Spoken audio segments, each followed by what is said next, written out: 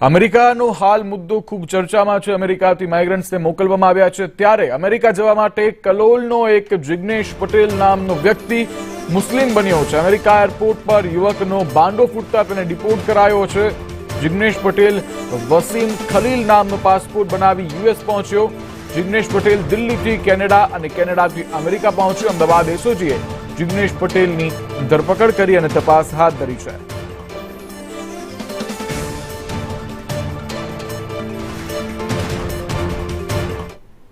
ત્યારે 7 જેલરને વર્ગ 1 નું પ્રમોશન આપવામાં આવ્યું છે। બઢતી સાથે બદલીના ગૃહ વિભાગના આદેશ જે છે તે સામે આવી રહ્યા છે। વર્ગ 1 ના 5 જેલરની બદલી કરાઈ છે, જ્યારે આ તમામ જેલર છે તેને પ્રમોશન આપવામાં આવ્યું છે। ઘોડાસર વિસ્તારમાં